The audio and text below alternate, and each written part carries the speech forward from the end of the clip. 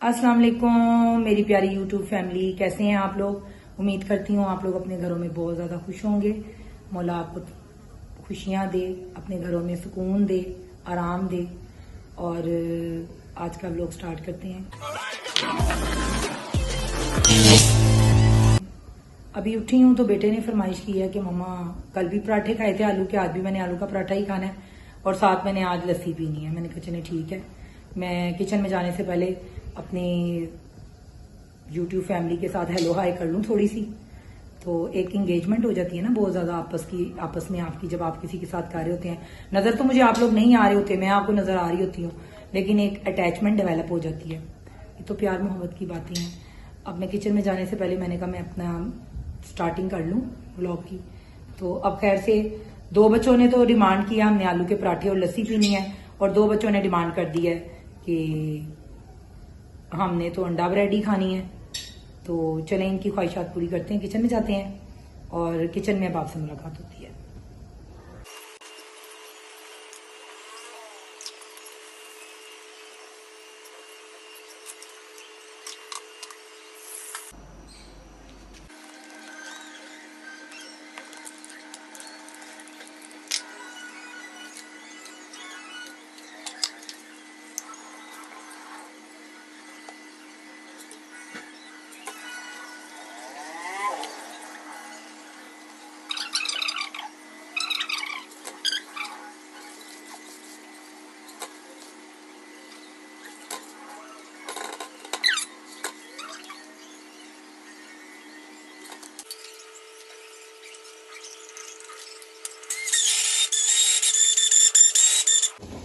जी मैं अब किचन में आ गई हूँ।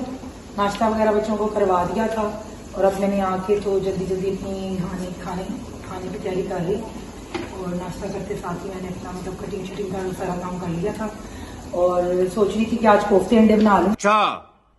अब मैंने हांडी के लिए प्याज ऊपर रख लिया मसाले के लिए, अंडे भी बॉयल होने के लिए रख दिए। बाकी सारा प्रोसीजर मैं दिखा रही हूँ। तकरीबन हाफ kg बोनलेस चिकन है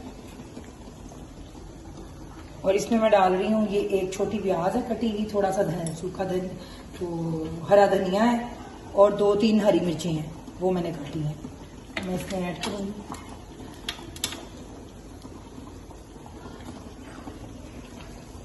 एक टीस्पून ये मैं इसमें लहसुन अदरक के पेस्ट का डाल रही हूँ।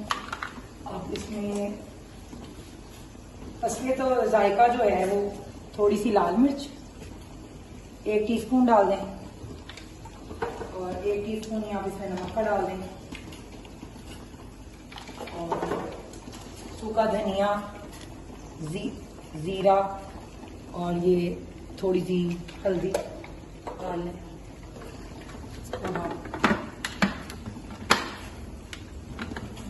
इसमें मैं गरम मसाला नहीं डालती, इसमें बस मैं यही चीजें डालती हूँ। गरम मसाला वगैरह मैं ऐड करती हूँ हांडी में और इसको इस तरह से अब करके तो ब्लेंड कर लें।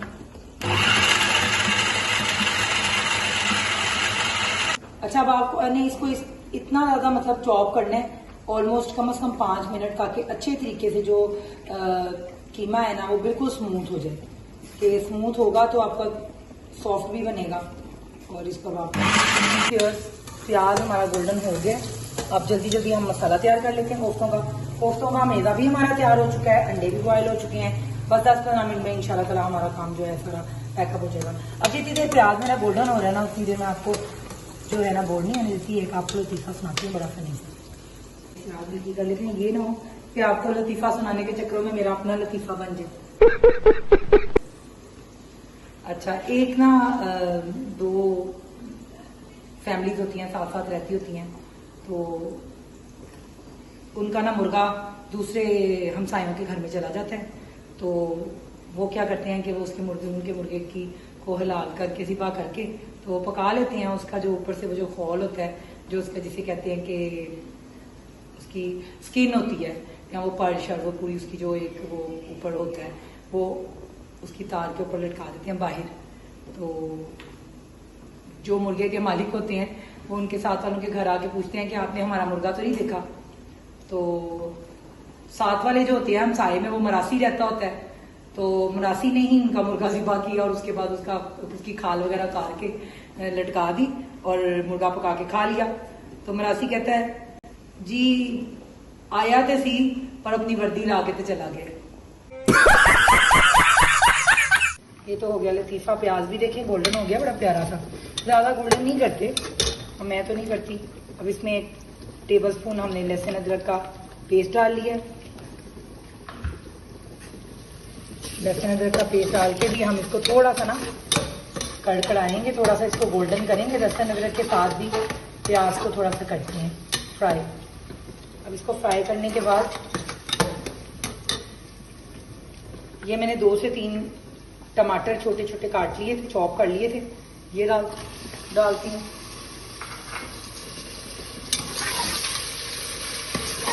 ये कोफ्तों का मसाला तैयार हो रहा है।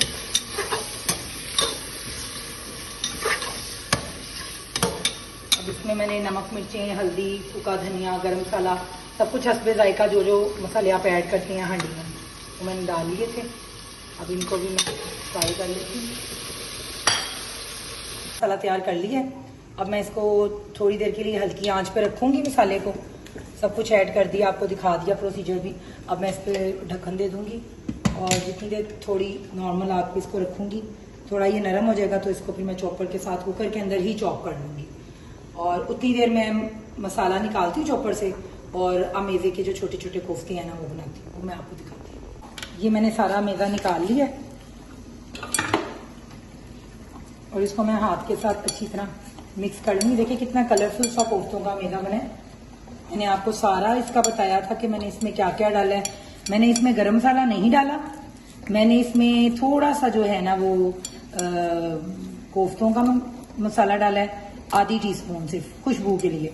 और इसमें मैंने डाला है छोटा सा प्याज, थोड़ा सा हरा धनिया, थोड़ी सी ग्रीन चिलीज और नमक मिर्च जो होती है वो हस्बे जायका, और थोड़ा सा सूखा धनिया जो होता है वो पिसा हुआ वो डाला है। अब ये मेरा अमेज़ा तैयार हो गया है और 1-2 टेबल स्पून मैंने ऑयल के भी डाले हैं ताकि ग्रिप बन जाए। अब चाहें तो इसको आप थोड़ी देर के लिए फ्रिज में आधे घंटे के लिए ठहरा लें। मैंने अर्जेंट बनाना है इसलिए मैं फौरन आपको बना के दिखाती हूँ। अंडे भी मेरे बॉयल हो चुके हैं, अब अंडों को भी मैं एक साइड पे कर लेती हूँ।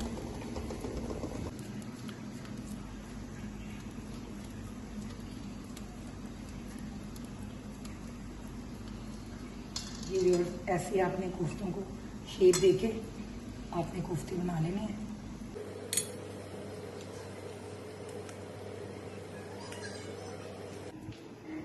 जी व्यूअर्स, मसाला रेडी हो चुका है और अब मैं इसको कुकर में ही सोच रही हूँ ब्लेंड कर लूँ ब्लेंडर के साथ।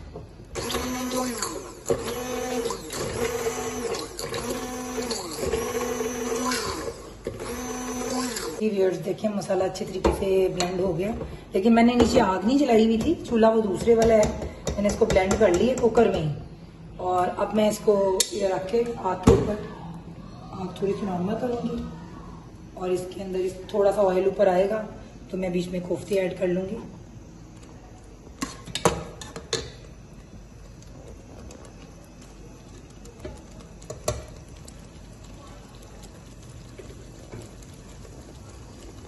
अब एक एक करके हम इसमें कोफ्ते ऐड करेंगे 1 बाय 1।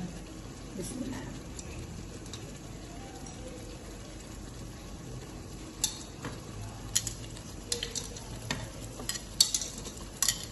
बहुत इजी सी झटपट सी रेसिपी है कोफ्तों की। आप रेडीमेड कोफ्ते जो लेते हैं केनन्स के या किसी के सबरूसो के या किसी भी कंपनी के, इससे बेहतर बड़े आराम से घर में बोनलेस चिकन मंगवाएं। अगर आपके पास चॉपर नहीं है इन केस तो आप कीमा चिकन का मंगवा लें और आराम से अपने घर में अपने हाथों से बनाएं। देखिएगा कि घर में जो बनते हैं कोफ्ते वो कितने लजीज बनते हैं। बात तो सही है। देखें गाइस, थोड़ा थोड़ा ऑयल ऊपर आना शुरू हो गया। मैं कह रही हूँ थोड़ा सा मैं कोफ्तों को भून लूँ। अब तो काफी हद तक ठहर गए, अब मैं चम्मच मार सकती हूँ। ये देखें टूटने का कोई मसला नहीं है। कितने प्यारे फूले फूले जबरदस्त कोफ्ते बने हैं। ये देखिए, कोई मैंने फ्राई नहीं किए, डायरेक्ट ही मैंने इनको मसाले में डाल दिया। लेकिन इसका सारा ट्रिक ये होता है कि जब आप कोफ्ते की शेप देना तो आप अच्छे तरीके से उनको, मतलब अच्छे तरीके से, कोई भी मतलब बीच में गैप ना रहे।